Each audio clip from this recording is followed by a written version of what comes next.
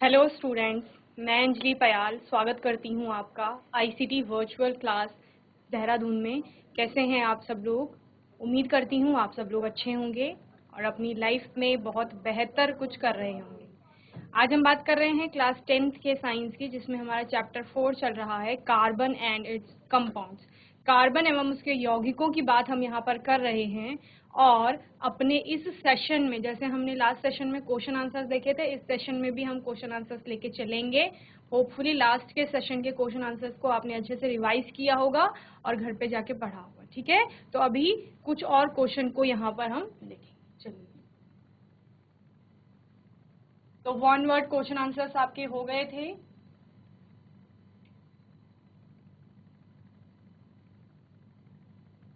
इसके बाद match the following आपने लास्ट सेशन में देखे थे और अपने लास्ट सेशन में भी कुछ एक्सरसाइज आप लोगों ने की थी। ठीक है, क्वेश्चन आंसर्स की बात करेंगे। पहला क्वेश्चन है आपका, what would be the electron dot structure of carbon dioxide which has the formula CO2। Carbon dioxide का फॉर्मूला क्या होता है? कार्बन, एक कार्बन है, डाइऑक्साइड का मतलब दो ऑक्सीजन है। ठीक है, एक कार्बन और दो ऑक्सीजन के बीच में बॉन्डिंग हो रही है। बॉन्डिंग किस प्रकार की हो रही है? कोवेलेंट बॉन्डिंग, यानी सहसंयोजी बंध वहां पर बन रहे हैं। सहसंयोजी बंध का अर्थ क्या है? कि आपका इलेक्ट्रॉनों की साझेदारी हो रही है, यानी शेयरिंग हो रही है इलेक्ट्रॉन की। ठीक है, इलेक्ट्रॉन की साझेदारी के कारण क्या बन रहे थे? बंध बन रहे थे। चलिए देखते हैं तो किस प्रकार का बंध बनेगा। यहाँ पर सहसंयोजी बंध बोला, और कौन सा सहसंयोजी बंध?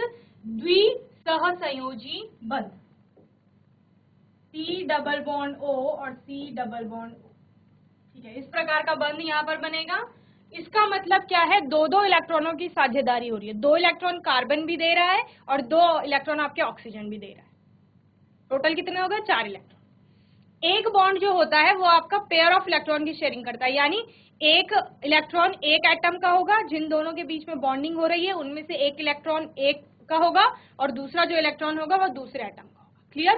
तो यहाँ पे आपके दो एटम के बीच में साझेदारी दिखते हुए दिख रही है, इस कार्बन और इस ऑक्सीजन, इस कार्बन और इस ऑक्सीजन। तो तीन एटम हो गए टोटल।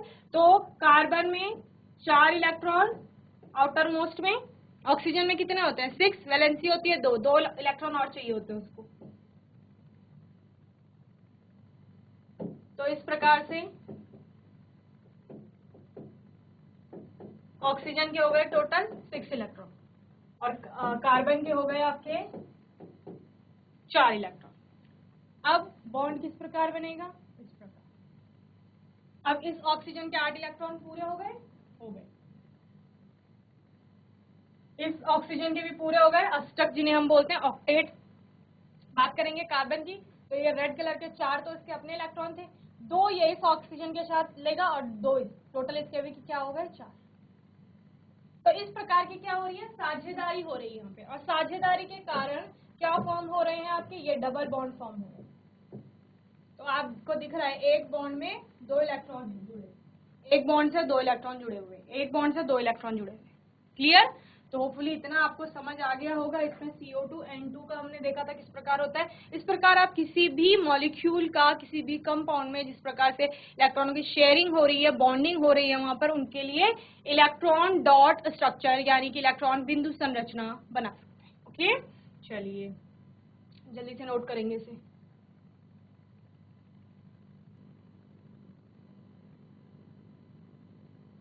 क्या है ये आपका? इलेक्ट्रॉन बिंदु संरचना इसकी कार्बन डाइऑक्साइड।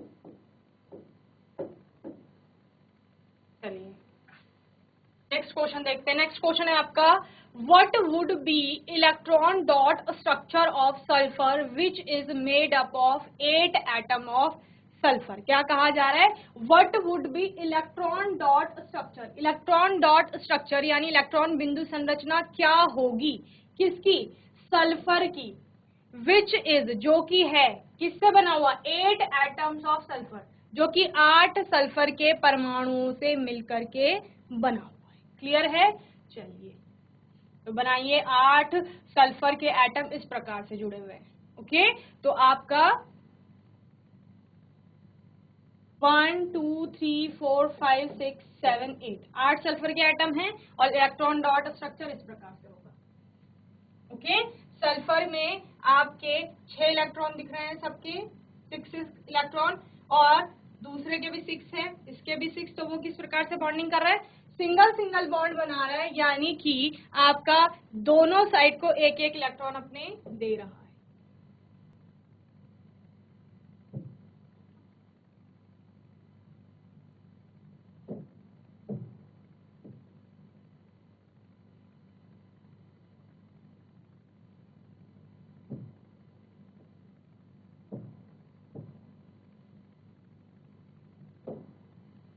अगर हम इलेक्ट्रॉनों की बात करें, इस सल्फर के लिए 6 आएंगे आपके, ठीक है, 2 इसके यहाँ है, एक यहाँ पे रख देगा, एक इधर, ठीक है। इस सल्फर में भी इसी प्रकार होंगे 6 इलेक्ट्रॉन में भी।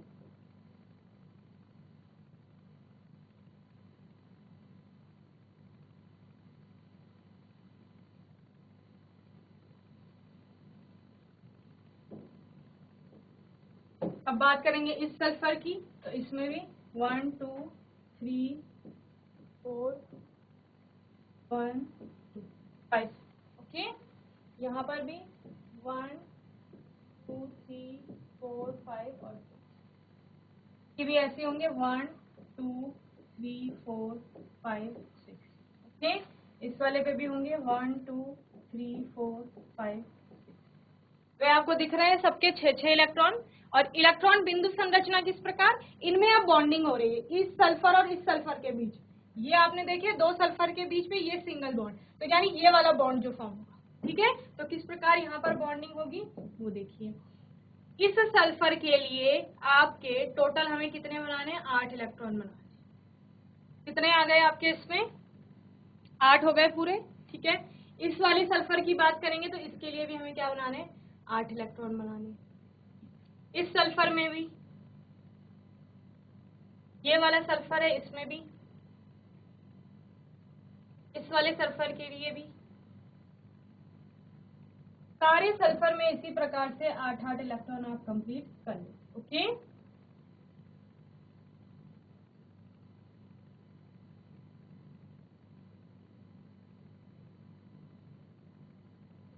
अब बॉन्डिंग कहां पर हो रही है वो देखिए, उसको समझिए।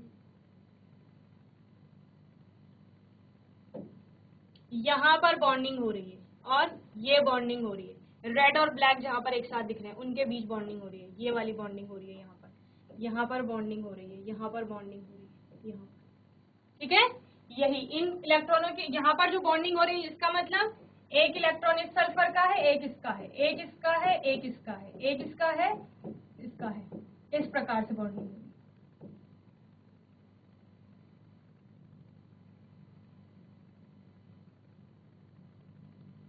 ओके, तो क्या होता है, सल्फर के बाह्यतम कोश में यहाँ पर आपको दिखाए गए हैं कि 6 इलेक्ट्रॉन है, और 6 इलेक्ट्रॉनों को 2 और इलेक्ट्रॉन चाहिए। तो वो 2 और इलेक्ट्रॉन कहाँ से आ रहे हैं, जब वो इस प्रकार एक कोवेलेंट बॉन्ड अपने अगल बगल वाले सल्फर के एटम से बना रहा है, ठीक है। एक सल्फर का एटम अपने अगल और बगल के एक एक सल्फर के एटम से एक एक बॉन्ड एकल सहसंयोजी आबंध बनाता है, और एकल सहसंयोजी आबंध का मतलब क्या है, दोनों सहसंयोजी आबंध से वो 2 अपने इलेक्ट्रॉन दे रहा है और 2 अन्य परमाणुओं के एक एक इलेक्ट्रॉन ले रहा है, ठीक है। यानी कि ये सल्फर है, ये इधर एक सल्फर से जुड़ा हुआ है, इधर एक, तो ये यहाँ से इलेक्ट्रॉन की साझेदारी कर रहा है, साथ में अपना इलेक्ट्रॉन भी तो रख रहा है ये वाला, तो अपने 2 इलेक्ट्रॉन रख करके 2 अन्य परमाणुओं से एक एक इलेक्ट्रॉन ले रहा है, क्लियर। तो इसके अपने 4 इसके पास पहले से थे, और 4 इसके पास यहाँ थे, 2 इसने शेयरिंग में लिए, टोटल इसके कितने थे, 6, और 6 के बाद 2 इसने ये ले लिए, कितने हो गए, 8, तो यानी अच्छा पूरा हो गया। अब इसी प्रकार इस सल्फर के लिए भी होगा, क्योंकि ये किसी दूसरे से जुड़ा हुआ है इधर, इस प्रकार ये सारे सल्फर के लिए ऐसा ही होगा, क्लियर है। तो इलेक्ट्रॉन डॉट स्ट्रक्चर बन जाता है, आपको जल्दी से बनाएंगे इसे।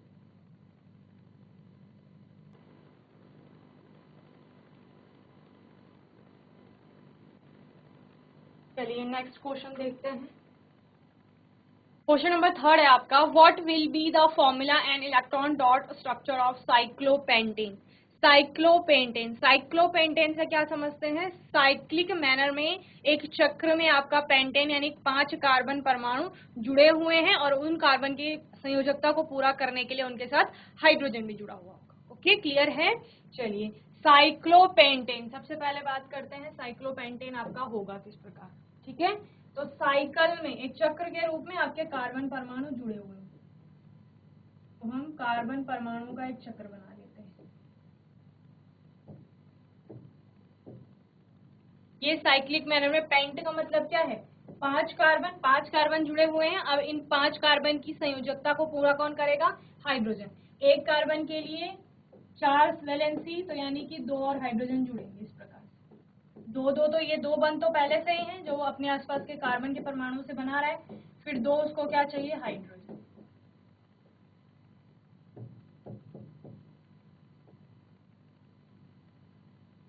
तो इस प्रकार ये कौन सा आपका एटम है? पूरा एक कार्बन एटम, 2 3 4 5 कार्बन एटम है। 5 कार्बन एटम सिंगल बॉन्ड से जुड़े हुए हैं और बाकी उनके साथ क्या जुड़े हुए हैं? हाइड्रोजन जुड़े हुए हैं। तो ये क्या हो गया?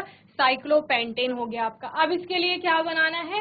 What will be the formula कहा है पहले, तो फॉर्मूला से क्या हो गया आपका? 5 कार्बन है C5, ओके, और हाइड्रोजन कितने जुड़े हुए हैं उसके साथ? आपको पता है 2 यहाँ है, 2 यहाँ है, 2 यहाँ है, टोटल कितने हो गए? 6 और 2 8, 8 और 2 10। ठीक है, तो ये आपका क्या हो गया? साइक्लोपेंटेन हो गया, जहां पर C5H2। ओके, C5H10 के बाद आपको क्या करना है? इसका इलेक्ट्रॉन बिंदु संरचना बनाना। ठीक है, तो इलेक्ट्रॉन बिंदु संरचना को बनाने के लिए कार्बन कार्बन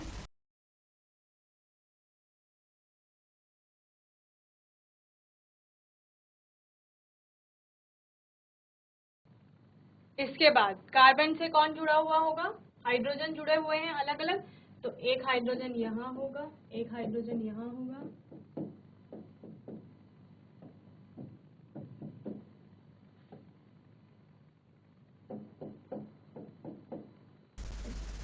ठीक है। कार्बन अपने अपने इलेक्ट्रॉनों को किस प्रकार रखेंगे? इस कार्बन की बात की जाए, इसके इलेक्ट्रॉन कहाँ है? यहाँ है। कितने हैं? 4 है।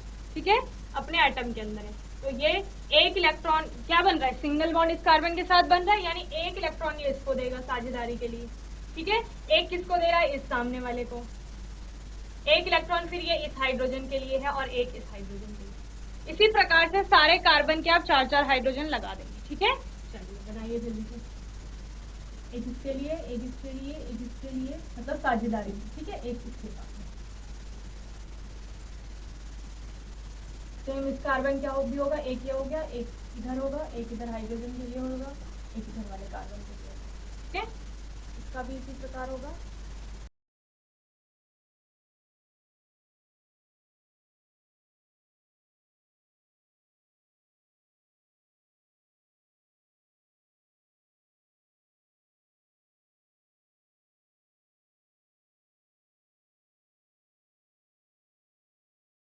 तो ये हमने सभी कार्बन के देखिए 4 हमने पूरे कर दिए कि 4 उनकी वैलेंस शेल में इलेक्ट्रॉन है। अब बात क्या करते हैं? हाइड्रोजन की। ठीक है, हाइड्रोजन के भी अपने एक इलेक्ट्रॉन है इस प्रकार से।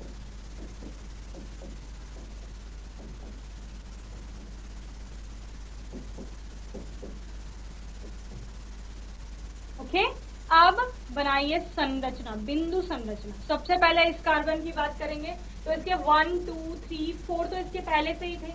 ठीक है, 4 के बाद एक इनसे लेगा और एक इनसे लेगा, तो टोटल कितने हो गए? 8। इस प्रकार इस कार्बन के कितने हो गए? पूरे 8 हो गए। 4 उसके अपने थे, 2 उसने ये कार्बन से लिए, 2 ये क्रॉस वाले जो हाइड्रोजन से लिए। अब इस कार्बन की बात करेंगे, इसके लिए भी वही होगा, ये 4 इसके अपने हैं और ये 2 इसके अलग अलग परमाणुओं से हैं कार्बन के, और ये 2 हाइड्रोजन के परमाणुओं से। तो इसके भी इस प्रकार 8 हुए। ठीक है, ये वाले कार्बन में भी ऐसा ही होगा। इस कार्बन की बात करेंगे, यहाँ पर भी इसी प्रकार से होगा। इस कार्बन के लिए भी आपका सेम इसी प्रकार। तो सबके 8 इलेक्ट्रॉन आपके पूरे हो गए। अब बात करते हैं हाइड्रोजन की। हाइड्रोजन ये है अलग, तो हाइड्रोजन को कितने चाहिए? हाइड्रोजन का एक अपना है और एक अपने के साथ वो किसका लेगा? एक कार्बन का लेगा, हाइड्रोजन का। ठीक है, एक हाइड्रोजन का ये क्रॉस वाला जो ब्लैक कलर में, और रेड कलर किसका है? कार्बन का। तो इस प्रकार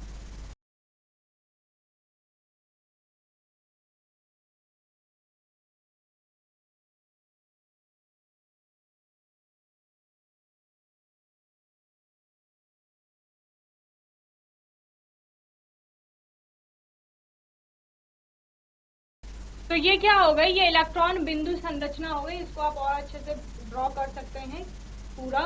तो ऐसे कलरफुल तरीके से आप कार्बन के अलग दिखा देंगे। कार्बन के आप बिंदु संरचना डॉट डॉट में इलेक्ट्रॉन दिखा सकते हैं। हाइड्रोजन को जैसे मैंने क्रॉस में दिखाने का प्रयास किया है वैसे ही आप क्रॉस में दिखा देंगे, तो आपको कंफ्यूजन नहीं होगा। ठीक है, तो सभी की वैलेंसी इस प्रकार पूरी हो जाएगी। ये क्या है? आपका एक साइक्लोपेंटेन का स्ट्रक्चर है, इस प्रकार बनाया गया। ओके, चलिए। The molecular formula of cyclopentane is C5H10. The electron dot structure of cyclopentane is this. Okay? तो इस प्रकार से आप इलेक्ट्रॉन डॉट स्ट्रक्चर बना देंगे साइक्लोपेंटेन। ओके, तो मैंने आपको समझा दिया है किस प्रकार से आप इलेक्ट्रॉन डॉट स्ट्रक्चर बनाते हैं। वैलेंस शेल में जितने इलेक्ट्रॉन होंगे वो बॉन्डिंग में जाते हैं, क्योंकि उनमें से जितने इलेक्ट्रॉन बॉन्डिंग में जाते हैं जितनी उसकी वैलेंसी होगी उसके अनुसार, तो आप उसके अनुसार बॉन्डिंग दिखा देते हैं कहाँ कहाँ पर। क्योंकि यहाँ पर सब जगह सिंगल बॉन्डिंग हो रही है, मतलब एक एक इलेक्ट्रॉनों की ही साझेदारी। एक इलेक्ट्रॉन एक एटम दे रहा है, दूसरा इलेक्ट्रॉन भी अपना, दूसरा एटम भी अपना एक ही इलेक्ट्रॉन दे रहा है। ओके, चलिए बनाइए जल्दी से। तो इस प्रकार आपको किसी भी अगर मॉलिक्यूल का, किसी भी कंपाउंड का इलेक्ट्रॉन बिंदु संरचना पूछी जाती है तो आप वो बना ले जाएंगे। ठीक है, चलिए नेक्स्ट क्वेश्चन देखते हैं। नेक्स्ट क्वेश्चन क्या है हमारा? Draw the structure of the following compounds. नीचे दिए गए जो स्ट्रक्चर हैं, नाम दिए गए हैं आपको, उनका स्ट्रक्चर आपको बताना है। ठीक है, तो ये आपके केमिकल कंपाउंड्स हैं, यानी रासायनिक यौगिक है आपके, ऑर्गेनिक कंपाउंड, कार्बनिक यौगिक। और इन कार्बनिक यौगिकों का नाम आपको बताया गया है, और नाम चूंकि आपके दिए गए हैं यूपीएससी के अकॉर्डिंग, तो आप इनका स्ट्रक्चर बना ले जाएंगे। और अगर कॉमन सिस्टम के अकॉर्डिंग भी कोई आपको नाम दिया गया है किसी रसायन का, तो चूंकि आपको सामान्य विधि से भी, कॉमन सिस्टम के आधार पर भी आपको नामकरण कई जो आपके खास जो तत्व होते हैं, यौगिक होते हैं, उनके बारे में बताया गया था। खास का मतलब है कि जो आमतौर पर आप यूज करते हैं, जैसे विनेगर हो गया, विनेगर में बताया गया है कि कौन सा एसिड प्रेजेंट होता है, या और भी आपके जैसे इथाइल अल्कोहल हो गया। तो आप क्या करते हैं आईयूपीएससी में, तो आप नाम से स्ट्रक्चर बनाते हैं। लेकिन अगर कॉमन सिस्टम में भी आपको किसी का कॉमन नेम दे दिया गया है, सामान्य नाम दे दिया है कि सॉल्ट, कॉमन सॉल्ट है, इसका केमिकल फॉर्मूला बताइए या स्ट्रक्चर बनाइए, तो आप बना ले जाएंगे क्योंकि आपने सारा पढ़ा हुआ है। तो यहाँ पर आपको पहला है इथेनोइक एसिड। तो ये तो बहुत इजी है स्ट्रक्चर बनाना। क्यों? क्योंकि इथेनोइक एसिड बोला गया है। इथेनोइक में इथ है, इथ यानी दो कार्बन, दो कार्बन लगा लो, दो कार्बन है। और एन है, एन है का मतलब क्या है? दोनों कार्बन के बीच में सिंगल ही बॉन्ड आ रहा होगा। ओइक एसिड का मतलब क्या है कि दोनों कार्बन से एक कार्बन किसका होगा? कार्बोक्सिलिक ग्रुप का होगा। तो यानी एक में आप जोड़ दो C डबल बॉन्ड OH। ठीक है, अब ये इस कार्बन की वैलेंसी पूरी हो गई, 1 2 3 4, ये तो 4 बॉन्ड बना रहे हैं।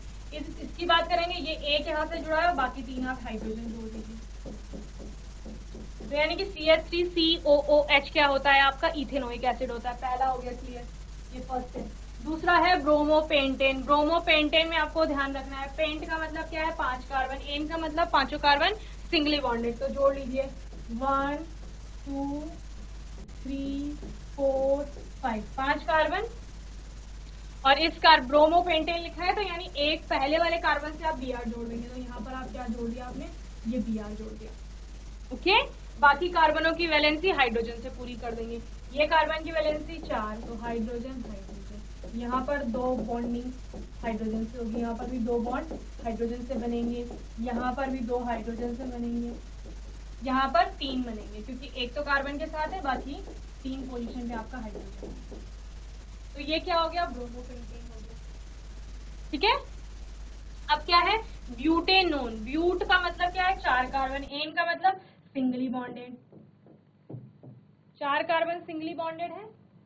ओके, और आपका क्या बताया, ब्यूटेनोन। ब्यूटेनोन मतलब एक कार्बन इसमें किस का होगा, ओन। ओन कब आता है, कीटोन ग्रुप में, ठीक है। तो किसी को भी एक को आप ब्यूटेनोन, ये मैंने कीटोन मान लिया, ठीक है। और बाकियों की आपकी वैलेंसी पूरी कर दीजिए हाइड्रोजन।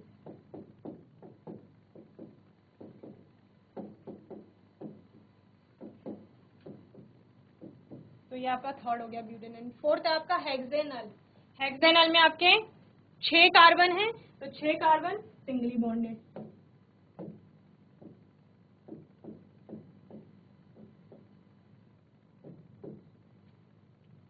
हेक्सेन, एन का मतलब सारे सिंगली बॉन्डेड है। और आपका न अल आ रहा है लास्ट में। अल किसके लिए आता है, एल्डिहाइड के लिए आता है। एल्डिहाइड आपका कौन सा ग्रुप होता है, CHO। तो यानी 6 में से एक कार्बन एल्डिहाइड का ही होगा, तो CHO, C double bond OH, ये एल्डिहाइड ग्रुप होता है। अब बाकी आपके जो कार्बन हैं उनकी वैलेंसी को हाइड्रोजन से पूरा कर दीजिए। सब पढ़ रखा है आपने जब आपने चैप्टर पढ़ा है ना, तो इस प्रकार के क्वेश्चन आएंगे तो आप कर ले जाएंगे।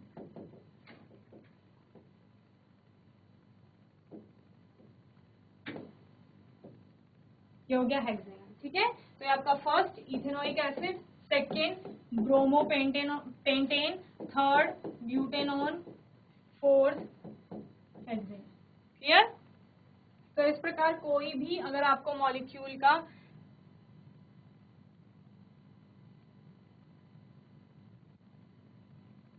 ये आपका क्या हो गया, इथेनोइक एसिड,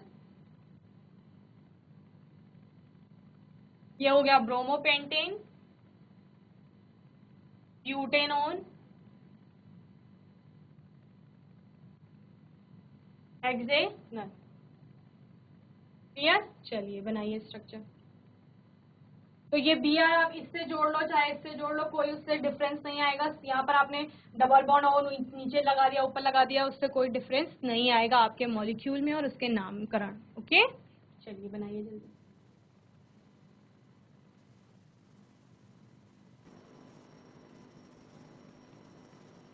चलिए नेक्स्ट क्वेश्चन देखते हैं।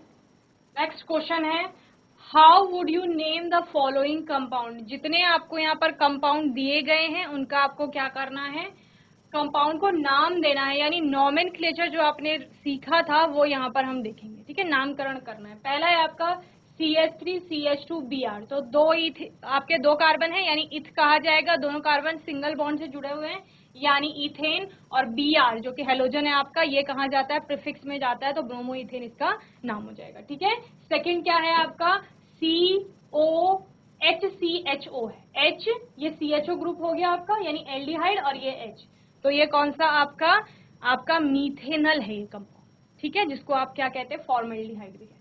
ये आपका यहाँ पर देखिए 1 2 3 4 5 6 कार्बन है, 6 कार्बन है। और ये 2 कार्बन के बीच में क्या आ रहा है, ट्रिपल बॉन्ड आ रहा है, ठीक है। तो हेक्साइन। तो ये नाम हो गया, पहला हो गया ब्रोमोइथेन, दूसरा हो गया मेथेनल, और तीसरा हो गया आपका 1 हेक्साइन या हेक्स 1 आइन जिसे आप कहते हैं। ओके, चलिए नोट करिए जल्दी से।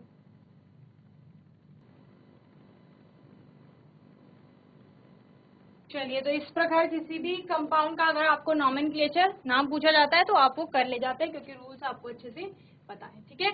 6th क्वेश्चन है, why is the conversion of ethanol to ethanoic acid an oxidation reaction.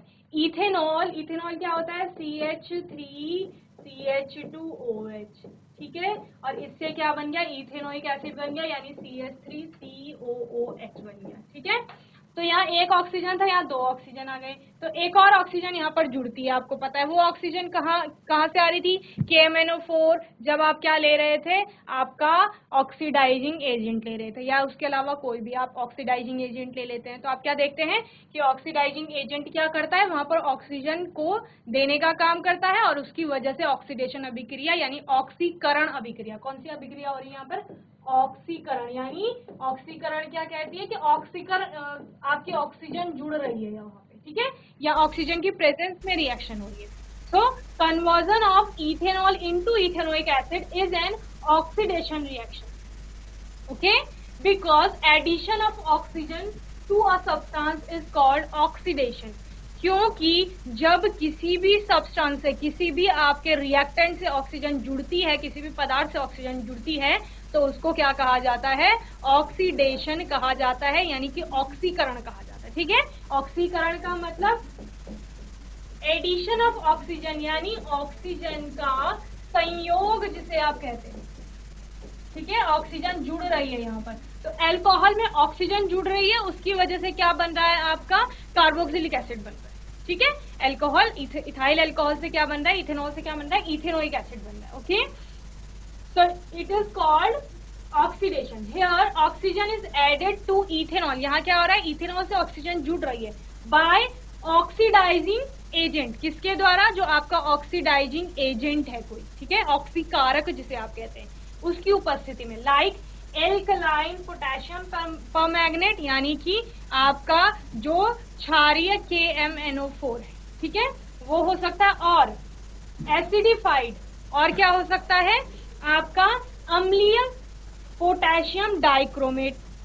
Okay, या तो आपका पोटेशियम परमैंगनेट होगा जो कि कैसा होगा, एल्कलाइन होगा, क्षारीय, या फिर एसिडिक क्या होगा, पोटेशियम डाइक्रोमेट होगा।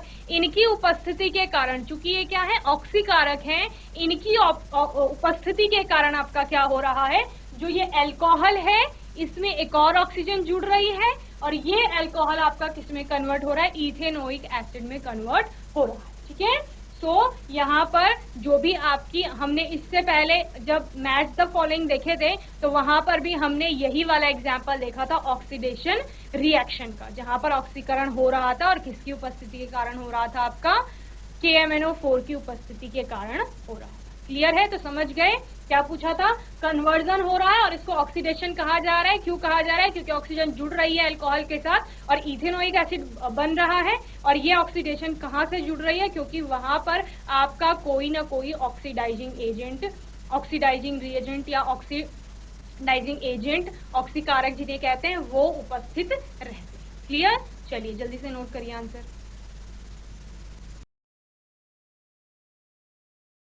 चलिए नेक्स्ट क्वेश्चन देखते हैं। क्या आपकी रिएक्शन हो गई, यहाँ पर इथेनॉल था, इथेनॉल में ऑक्सीजन जुड़ी, एल्कलाइन KMnO4 हो सकता है, या एसिडिफाइड K2Cr2O7 हो सकता है, और इसकी प्रेजेंस में आपकी कौन सी अभिक्रिया हो रही है, ऑक्सीकरण अभिक्रिया या ऑक्सीडेशन रिएक्शन हो रही है। क्लियर, नेक्स्ट क्वेश्चन है, what is the homologous series, explain with an example. क्या कहा जा रहा है, होमोलोगस सीरीज यानी सजातीय श्रेणी, समजातीय श्रेणी जिसको आप कहते हैं। ठीक है, तो बच्चे समजातीय श्रेणी किसे कहा जाता है, या सजातीय श्रेणी किसे कहा जाता है, सजातीय या समजातीय, जैसे जाति मतलब समझते हैं ना, यानी एक ही ग्रुप से, एक ही फैमिली से जो आ रहे होंगे, तो होमोलोगस सीरीज के मेंबर भी एक ही फैमिली से आते हैं, और वो फैमिली क्या होती है उनकी, फंक्शनल ग्रुप, यानी कि फंक्शनल ग्रुप उनमें सेम होगा, फंक्शनल ग्रुप सेम होगा। क्या होगा, फंक्शनल ग्रुप सेम होगा, यानी कि जिसको आप क्या कहते हैं, क्रियात्मक समूह या प्रकार्यात्मक समूह जिसे कहा जाता है, वो क्या होगा, समान होगा। ठीक है, जब आपका प्रक्रियात्मक या क्रियात्मक फंक्शनल ग्रुप सेम होता है, दैट मीन्स कि केमिकल प्रॉपर्टीज जो होंगी वो आइडेंटिकल होंगी। केमिकल प्रॉपर्टीज कैसे होंगी, समान होगी। ठीक है,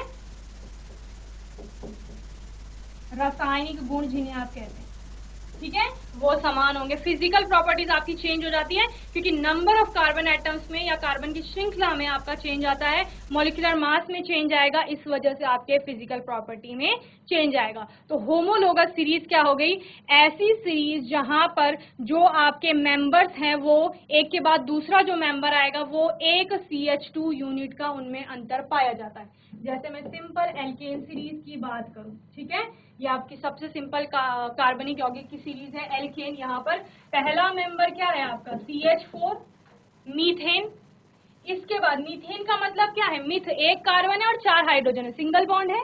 इसके बाद क्या आता है, इथेन, इथेन आपका क्या होता है CH3 यानी कि C2H6, और CH4 और C2H6 में अगर देखा जाए तो डिफरेंस किसका है, एक CH2 यूनिट का। इस CH2 के मास की बात करें तो 14 मास यूनिट। तो यानी ये क्या है, एक होमोलोगस सीरीज है, इन दोनों की केमिकल प्रॉपर्टी समान होगी। इसके बाद आपका क्या आ जाएगा, प्रोपेन आ जाएगा C3H, इसके बाद आपका क्या आ जाता है, C4H10 आ जाएगा, जो कि क्या है, ब्यूटेन है। ठीक है, तो इन दोनों में फिर से एक CH2 यूनिट का डिफरेंस, इन दोनों में एक CH2 यूनिट का डिफरेंस। ठीक है, लेकिन अगर ओवरऑल केमिकल प्रॉपर्टीज की बात करें कि ये किससे किस प्रकार रिएक्ट कर रही हैं और रिएक्ट करके आपकी कौन सा प्रोडक्ट दे रही है, तो वो सारे क्या होंगे, समान होंगे। तो होमोलोगस सीरीज क्या हो गई, सिंपली होमोलोगस सीरीज एक ऐसी सीरीज है जहां पर फंक्शनल ग्रुप चूंकि समान होते हैं, इस वजह से केमिकल प्रॉपर्टीज समान होंगी।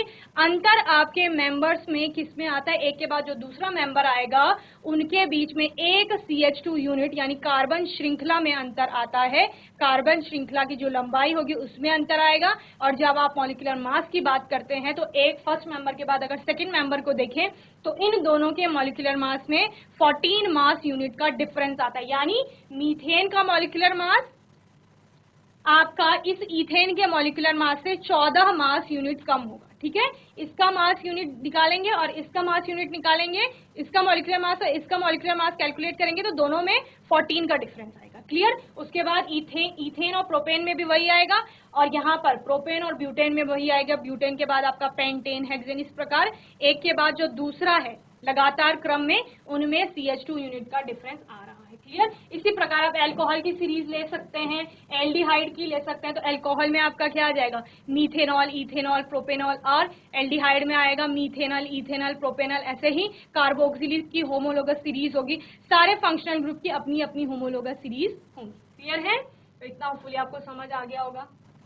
Homologous series. A homologous series is a group of organic compounds having similar structures and similar chemical properties in which the successive compounds differ by a CH2 group.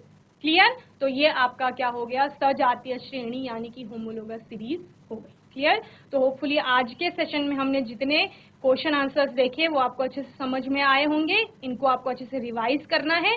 अगर ऐसे ही प्रश्न एग्जाम में पूछे जाते हैं तो इसी प्रकार से आप उनका क्या लिखेंगे, उत्तर लिखेंगे। ठीक है, तो अब तब तक के लिए ICT वर्चुअल क्लास से जुड़ने के लिए धन्यवाद।